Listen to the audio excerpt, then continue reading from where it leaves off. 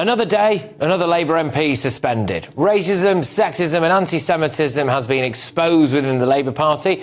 A now former minister, Andrew Gwynn, has been sacked, and Burnley MP Oliver Ryan has now been suspended. How do Labour MPs actually speak about the people of Britain? In Parliament, they appear to share the struggles of ordinary citizens. Yet, when gathered privately in a room or chatting in a WhatsApp group, they reveal a very different side. Tone and expressions they use, along with their condescending attitude toward the public, expose their true character. In the latest scandal, Labour ministers and MPs are losing positions because of the cruel language and unethical comments they directed at people some wished pensioners would die, while others mocked British citizens for looking naive when speaking to the media. So, what is this new WhatsApp group about, and how is it bringing down Labour ministers and MPs?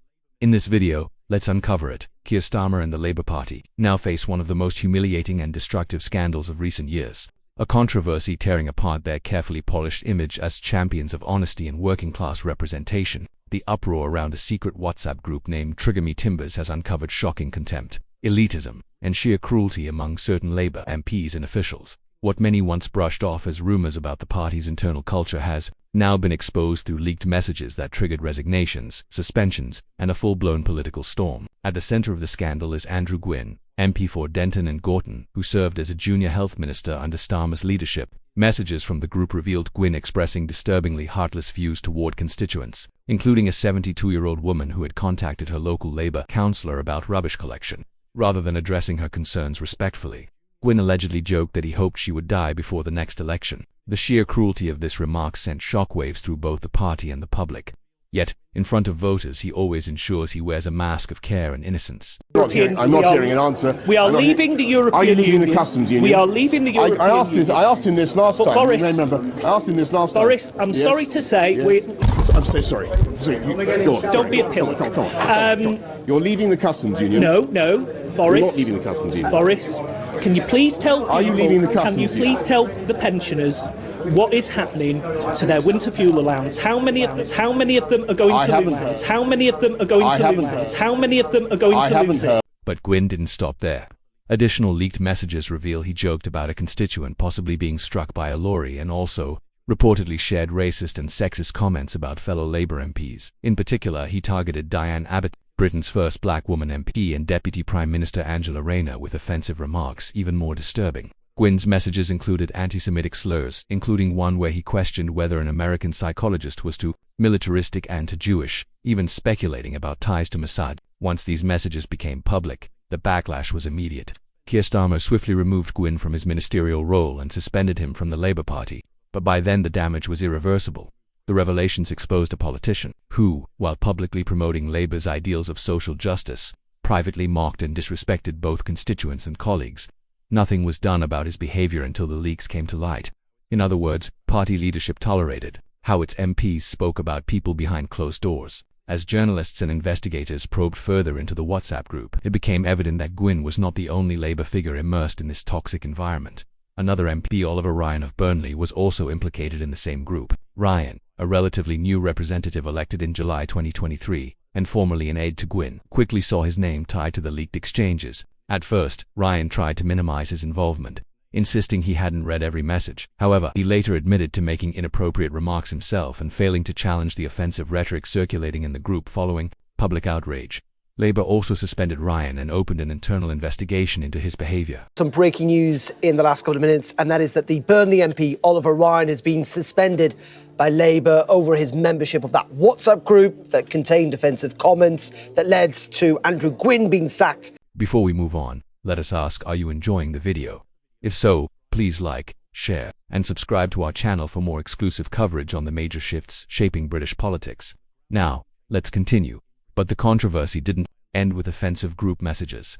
Ryan's past remarks on grooming gangs resurfaced, adding another dimension to the scandal. In a public Facebook exchange, Ryan dismissed calls for a nationwide inquiry into grooming gangs as nothing more than a bandwagon for right-wing figures such as Nigel Farage and tech billionaire Elon Musk. His casual attitude toward a crisis that has devastated communities across the UK drew fierce criticism, with many accusing him of valuing political points scoring over justice for victims. The uproar has now spiraled into a political disaster for Labour, a party that has long tried to present itself as the moral alternative to the Conservative government. For many voters, especially in working-class areas, the scandal confirmed their worst fears that Labour politicians publicly claim to stand with the people while privately mocking them. I think this is a matter for the Labour Party, Michelle. When you ride to power on the sort of preachings of probity, honesty, and reforming the way in which Parliament operates, and then you see grubby little WhatsApp groups like this happening, you do ask yourself, why would they do that? And I think a lot of people get their lead from their leader. And I personally think Keir Starmer is extremely duplicitous. I think this is a duplicitous way to lead your life. And for me, Labour have got to deal with it in the way they decide to deal with it. And if you follow through from what they said before the election, they really should take some quite radical action. But that's a matter for them. What do you determine to be radical action? Well, I think, as Barry says, they've got to have an internal investigation. There are clearly other people on this WhatsApp group. I don't know the facts, but if some of this stuff is true, then it's pretty damning towards their constituents. But in answer to your question on by-elections, I've had a look. It would be a juicy by-election in Mr. Gwynn's seat. So I think it would be for us manna from heaven if he were to resign, or any of the others were to resign. It's a perfect time for us to be fighting by-elections. So arguably an own goal by the Labour Party, but I think it's a matter for them. The timing could not be worse for Keir Starmer. This scandal has handed the Conservatives a perfect opening to question Labour's credibility.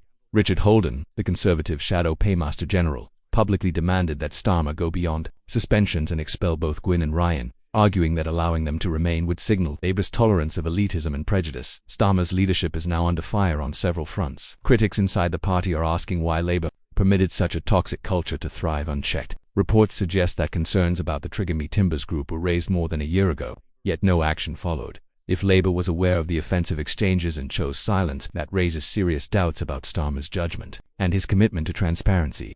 The scandal also underscores Labour's glaring internal contradictions. On one hand, Starmer has positioned himself as a land order leader, promising to fight hate speech, anti-Semitism, and misogyny. The other, under his leadership, senior MPs and officials engaged in the very behaviour he claims to oppose. This double standard has not escaped the notice of the British public. So, what is happening in the wake of the leaks? Beyond the political fallout, there are now real legal and institutional consequences. Parliament's standards watchdog has launched a formal investigation into Andrew Gwynn, citing actions that severely damaged the reputation of the House of Commons. If found guilty, Gwynn could face penalties ranging from a reprimand to suspension from Parliament. In addition, Greater Manchester Police confirmed they had received complaints about the WhatsApp messages and logged a non-crime hate incident. While this does not guarantee criminal charges, it adds further scrutiny to the scandal. Interestingly, the group did not consist solely of MPs. Several Labour councillors and local party officials were also members. Some councillors have already been suspended, with further inquiries underway at the local government level. If more misconduct emerges, Labour could face a wider institutional crisis. One of the most revealing aspects of this episode is what it says about Labour's connection with the very people it claims to represent. The leaked conversations from Trigger Me Timbers reflect a disturbing arrogance and detachment.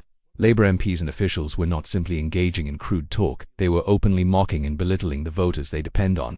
This is not just a PR disaster, it is a fundamental breach of trust. Working-class voters, already doubtful of Labour's sincerity, now have tangible proof that some within the party view them as little more than expendable. If Starmer fails to act decisively beyond temporary suspensions, Labour risks alienating key voter groups and undermining its electoral future.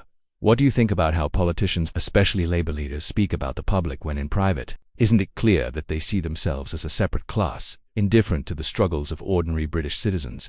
Share your views in the comments section below on how the language used in these WhatsApp groups exposes the loyalty, or lack thereof, that politicians have toward the people. Do you want to see more videos like this? If so, please like, share, and subscribe for more updates on British politics and the changes shaping it. Until the next video, stay tuned.